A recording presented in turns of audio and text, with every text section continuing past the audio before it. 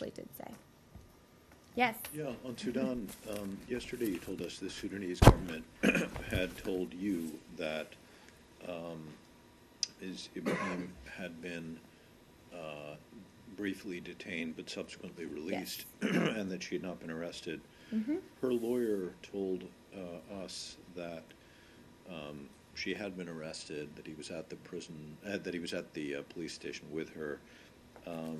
We quote him today as saying that she's been charged with forging a South Sudanese passport, or producing a forged document.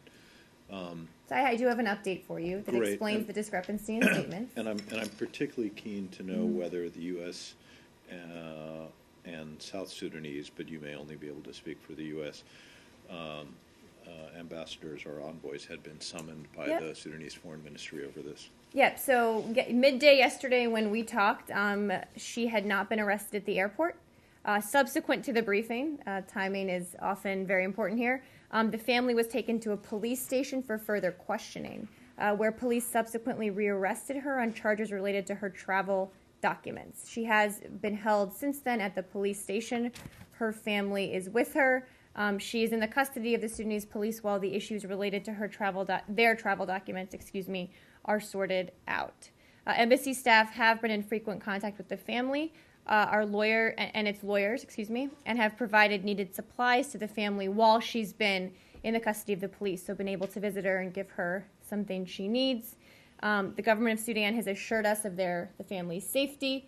Obviously, that's of utmost importance to us. We will continue monitoring the situation and discussing it with them. Finally, at the request of the government of Sudan, our chargé d'affaires met today with the Sudanese Foreign Ministry to discuss the case. He reaffirmed our concern that the family should be allowed to depart swiftly from Sudan, that we would work on that with them.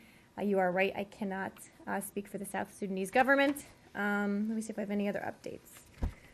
And to the best of our knowledge, these charges aren't related in any way to the previous case. They are related to her travel documents. Do you have any... my update I have. According to our reporting, she had or the allegation is that she had a South Sudanese passport with a visa for the United States in it. If that were the case, you would have granted, the U.S. government would have granted her a visa. So can you address whether the U.S. government gave her a visa to come to the United States? And then secondly, if you did you have any concerns about the authenticity of her travel document?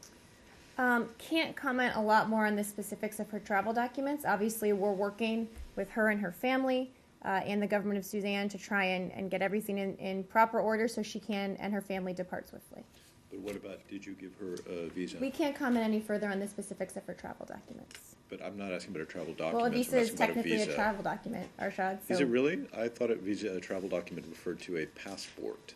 A visa to give you entry to a country, we consider that as part of a travel document, colloquially when I'm answering your question. We have nothing else to say about passports, visas, anything. We'll continue working with the family, with the government of Sudan. Well, I think there's a concern. The reason why this question is coming up, there's a concern that this might have been some bungled attempt to get her out of the country.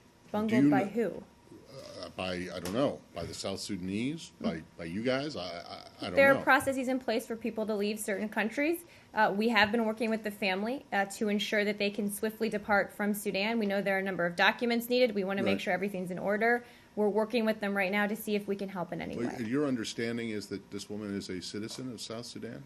I don't have much more to comment on in terms of her specific travel documents or citizenship or how she may have been attempting to leave the country. All right, and then just given the interest that there was in this at yesterday's briefing, was there some reason why we couldn't get an update, like off camera? When did this information about their rearrest come out? It was like coming out overnight, and this morning actually, I think the details were still a little murky, and we were trying to confirm them, quite frankly. Okay, I'm not complaining. I'm just kind of curious.